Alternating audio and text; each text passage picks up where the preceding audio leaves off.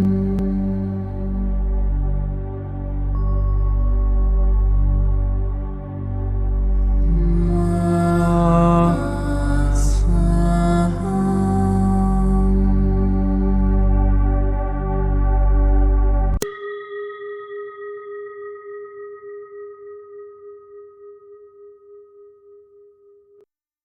qui suit est la transcription d'un échange entre Mathias de Stefano, désigné ici comme moi, et son soi supérieur désigné comme je suis. Dans cette capsule, la voix féminine incarnera le moi, tandis que la voix masculine représentera le je suis. Cette conversation intitulée Les attentes a été réalisée le 15 août 2020. Je peux dire que tu es un peu irritable aujourd'hui. Oui, je ne me suis pas réveillée de la meilleure humeur, pour être honnête. Mais ce qui est étrange, c'est qu'il n'y a aucune raison pour moi de ressentir ce que je ressens. Beaucoup de choses bougent et c'est normal. Oui, je pense qu'à cause de tout ce que nous faisons, il y a une sorte de purge des corps physiques, émotionnels et mentaux, et cette émotion surgit. Pouvez-vous l'identifier? Eh bien, c'est comme ce sentiment de réticence, que tout me dérange, comme si tout ce que je voulais, c'était rester endormi toute la journée. Je suis allée à la pyramide, et même là-dedans, c'était la première fois où j'avais envie de sortir et de partir. Un sentiment de bah, je perds mon temps et je m'ennuie. Qu'est-ce qui vous fait ressentir cette perte de temps? Eh bien, je pense que c'est le fait que chaque jour ressemble au suivant. J'ai l'impression de tourner en rond. Rien de nouveau ne se produit. Vous êtes habitué à ce que votre vie change radicalement, heure par heure, Oui, mes objectifs quotidiens ne sont généralement pas un, mais plusieurs. et cela divertit votre esprit et vos émotions. Oui, le sentiment est que des choses se passent toujours et qu'il y a toujours quelque chose à raconter. Eh bien, vous vivez au rythme d'une série, avec des aventures et de la magie à chaque coin de rue. Oui, tous ceux qui ont voyagé avec moi, amis, famille, autres, ressentent que le temps se relativise et que des choses très folles et inexplicables se produisent. Parce que vous vous lancez dans une aventure sans limite. Vous n'avez aucune limite d'imagination, de territoire, de temps, et cela brise les structures. Et en étant capable de gérer toute cette énergie, des choses magiques se produisent, ce qui en réalité n'est pas magique. Il s'agit simplement de sortir de la routine et de voir la vérité de ce qui se passe en se déplaçant à travers le monde, à travers la réalité. C'est ce qui arrive. Tous ceux qui me connaissent savent que je vis comme dans un film en continu, où il y a toujours beaucoup de choses à faire et à vivre. Et je pense que malgré le fait que j'ai bien supporté la monotonie depuis le début de la quarantaine le 15 mars, quand je suis arrivée en Égypte, et que j'ai commencé cette structure quotidienne, beaucoup de choses ont commencé à bouger, sauf moi. Parce que c'était votre tâche, être l'axe, vous vous souvenez? Oui, et il est contre-productif pour quelqu'un qui vit en voyageant et en changeant toutes les heures, de lui demander d'être fixé au même endroit, d'aller au même endroit chaque jour, comme s'il était moine, dans un temple cloîtré. Qu'attendiez-vous de cela? Je ne sais pas, rien vraiment. Honnêtement, dis-moi. Je m'attendais à deux choses. Premièrement, ce serait un voyage à travers les 32 nœuds de la Terre. Donc je devrais courir et m'adapter à quelque chose de nouveau chaque jour. Et un autre, je pensais que ce serait quelque chose de beaucoup plus grand, avec plus de mouvement, avec plus de diffusion. Et au final, c'est quelque chose de très fait maison, très entre amis, au même endroit, en faisant exactement la même chose tous les jours. Bien. Et quelle émotion ressentez-vous à cause de cela? Eh bien, un peu de tout. Bien que dernièrement je ne me sois pas sentie littéralement nulle, vide, mais aujourd'hui j'ai commencé à réaliser que je ressens un dégoût étrange pour ma situation, comme si ce n'était pas ce que j'attendais de moi. Ce n'est pas de la frustration parce que j'ai l'impression que tout va vraiment bien, mais c'est plus comme ce sentiment quand vous allez mordre dans une pomme apparemment délicieuse et juteuse et que lorsque vous enfoncez vos dents dedans, elle est granuleuse et sans goût et sans jus, sèche. Cette sensation, Je n'en connais pas le nom. Une déception, non? Je pense que oui, c'est tout.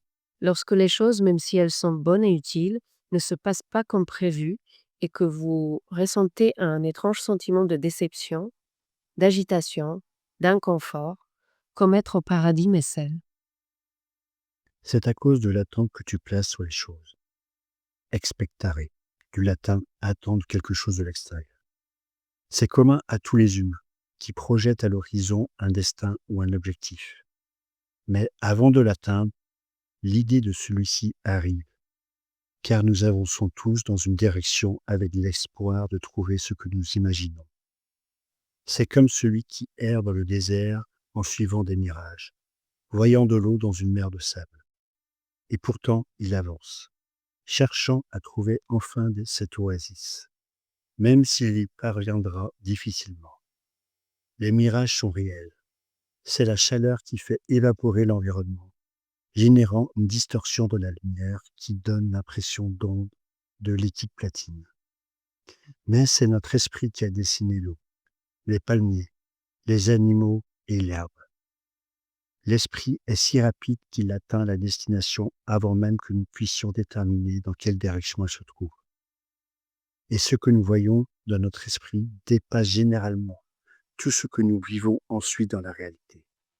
Ainsi, je ne pourrai jamais profiter de ce que je trouve, de ce que je suis et de l'endroit où je suis. Car j'attends toujours quelque chose de l'extérieur, quelque chose que je ne peux pas être parce que ce n'est qu'une projection. Donc vous dites que mon esprit fait trop d'efforts pour expérimenter la magie dans quelque chose qui n'en est pas, n'est-ce pas?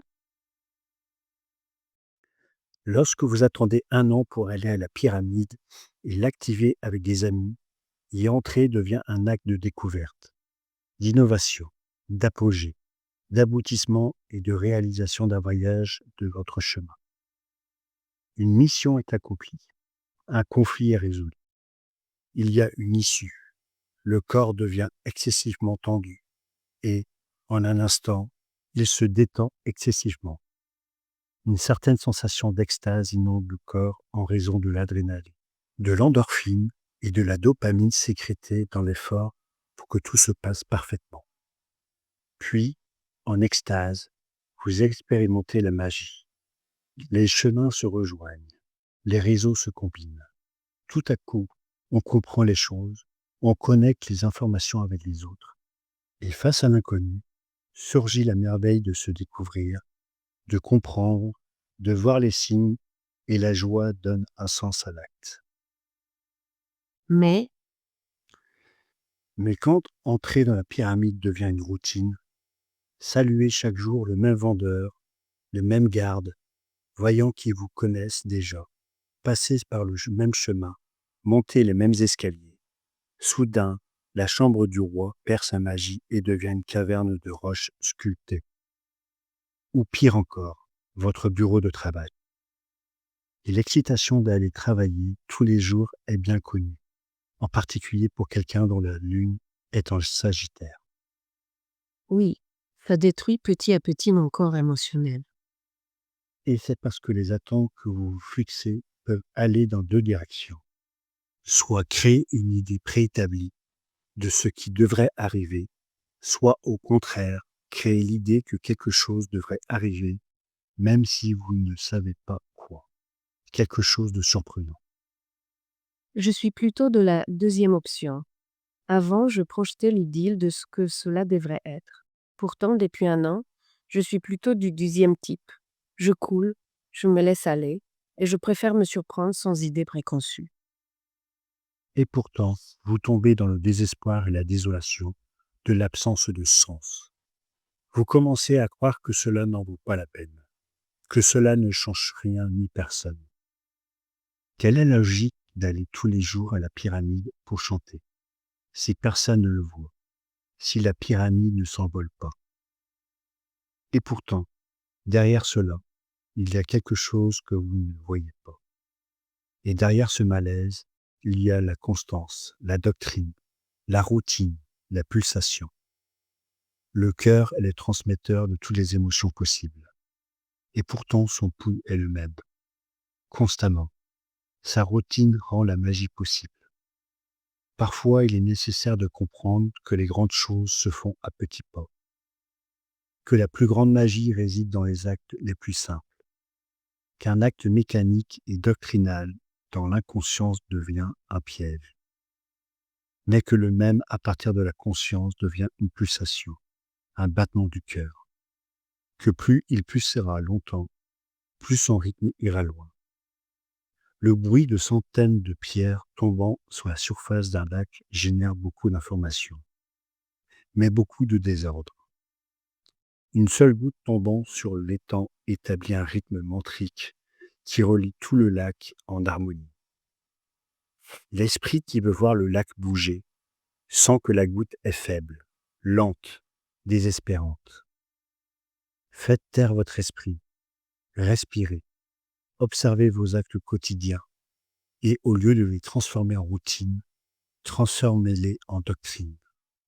Et faites de la doctrine une conscience et l'acte constant deviendra constance. Pour qu'une plante porte des fruits, elle doit pousser à un rythme patient, en se concentrant sur chaque millimètre de son ici et maintenant. Une plante qui vient de sortir de la graine et qui attend déjà de devenir un fruit, dépensera toute son énergie et mourra avant même d'avoir fleuri. Patience. Non, ce n'est pas une question de patience, car la patience implique une attente. Cela implique de faire ce que je fais pour attendre qu'un jour, quelque chose se produise qui change mon état. Ce dont vous avez besoin, c'est d'ici et maintenant. Pour honorer votre chemin parcouru et construire un avenir futur, vous devez pratiquer l'ici et maintenant. Un jour à la fois, une étape à la fois, sans attente de ce qui va arriver.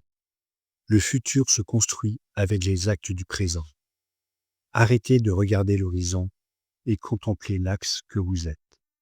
Prenez conscience des actes minimes qui se répètent dans votre vie quotidienne et reconnaissez-les comme le pouls de votre cœur. Maintenant, faites-leur savoir que chaque fois que vous vous levez pour entrer dans la pyramide, c'est le premier pouls du cœur. Et que lorsque vous partez, revenez et écrivez, c'est le prochain pouls.